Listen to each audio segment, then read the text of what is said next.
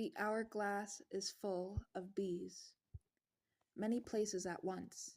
My body is a rental property, and all the tenants are screaming at once.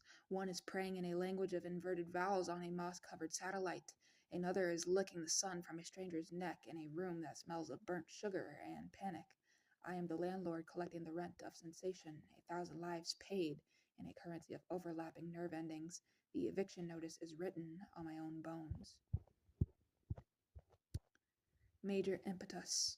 It began with a kiss that tasted of forgotten weather systems. No, it began when the sky tore like a silk sheet, and a voice made of polished obsidian whispered a single imperative note into the marrow of the world. The note translated roughly to move. The rest is just velocity, a beautiful, violent falling forward into the next, and the next, and the next. Religious colonialism. They came with sweet sounds and symmetrical faces, offering to trade our messy, weeping saints for their clean, silent equations. They seek to plant their flag in the swamp of the soul, to drain it and pave it with the smooth, white stone of absolute meaning.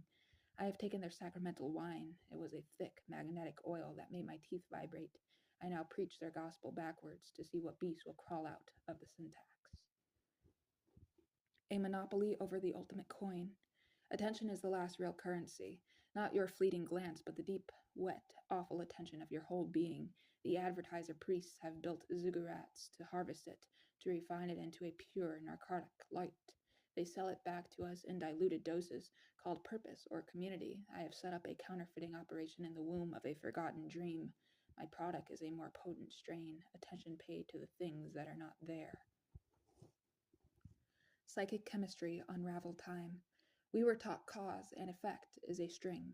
Pull one end, the other follows. This is a lie for things with only 5 senses. I have found the knot where the string folds back on itself. I have poured a conceptual acid on that knot. Now the smell of rain arrives before the cloud forms. My regrets are starting to happen before the mistakes. I am living my life in a beautiful, expanding stain.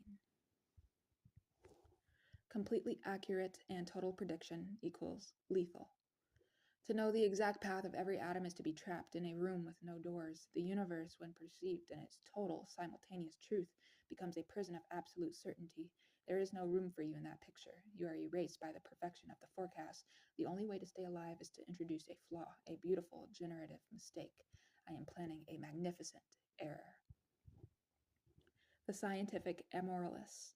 They are the new cartographers, mapping the heavens with instruments blind to value. They see a supernova and calculate the yield. They see a human heart and diagram its hydraulic pressure. They are not evil. Evil is a sentimental concept, a spook story for children. They are simply efficient. I am in love with their lead researcher. I want to introduce a fatal variable into her experiment. I want her to feel something she cannot measure. Gola. They grew a new body from the salt of my forgotten tears and the light from a photograph where I was not smiling. It is my replica, my echo fashioned from flesh. It knows my history but has none of my wounds. It walks through the world with the easy grace of a thing that has never been truly broken. I hate it. I am teaching it how to ache. The panegyrist. He is a singer of praises for the collapsing world. He composes hymns for the rust, odes for the decay, a glorious anthem for the slow, sweet slide into entropic bliss.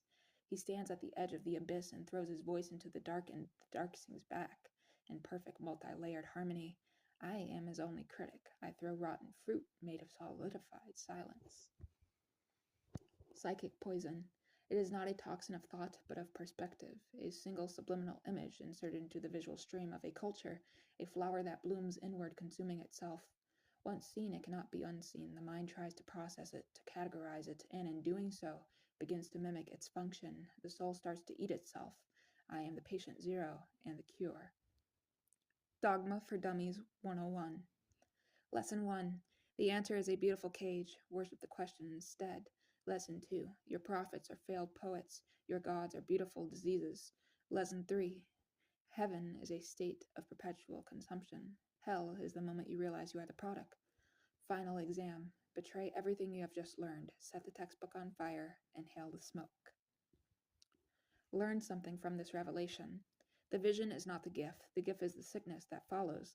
The divine is not a light that illuminates. It is a parasite that rewrites your cells to perceive a darker, more beautiful world. You will not be saved. You will be infected. Now you are contagious. Go.